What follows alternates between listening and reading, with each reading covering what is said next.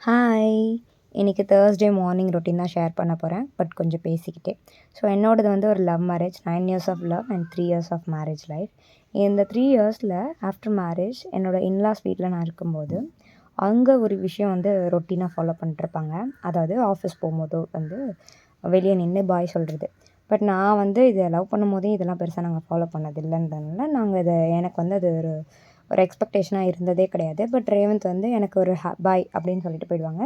But அவங்க அம்மா வெளியே வந்து நின்று அவங்க ஸ்ட்ரீட் திரும்புகிற வரைக்கும் நின்று பாய் சொல்லிட்டு தான் உள்ளே வருவாங்க. எனக்கு இனிஷியல் ஸ்டேஜில் இதை பார்க்கும்போது என்னடா இன்னுமா இதை பண்ணிகிட்ருக்காங்க, அவங்க சின்ன பசங்களெல்லாம் வளர்ந்துட்டாங்களே, இன்னமும் இதை ஃபாலோ பண்ணிட்டுருக்காங்களே அப்படின்னு தோணும். பட் ரேவந்த் என்கிட்ட இதை எக்ஸ்பெக்ட் பண்ணதும் இல்லை. நானும் வந்து அவங்களுக்கு வந்து இந்த மாதிரி பண்ணதும் கிடையாது. பட் ஆஃப்டர் நாங்கள் செப்பரேட் ஆனதுக்கப்புறம், தனியாக வந்ததுக்கப்புறம், இது கொஞ்சம் கொஞ்சமாக எங்களுக்குள்ள வந்து இன்க்ளூட் ஆயிடுச்சு. இது எப்படி எங்களுக்கு வந்ததுன்றது எங்களுக்கே தெரியல. கொஞ்சம் கொஞ்சமாக இதை நான் ஃபாலோ பண்ண ஆரம்பிச்சிட்டேன். ஆக்சுவலி ஸ்பீக்கிங் ஃபாலோ பண்ணதுக்கப்புறம் ஒரு சின்ன பாசிட்டிவிட்டி கிடைக்குது. ஏன்னா ஆஃப்டர் கெரியர் பிரேக் இப்போ நான் கொஞ்ச நாள் பிரேக்கில் இருக்கேன். எனக்கு இந்த சின்ன சின்ன விஷயம் வந்து ஒரு சின்ன ஒரு லவ், ஒரு சந்தோஷம், ஒரு ஹாப்பினஸ் கொடுக்குது ஆக்சுவலி.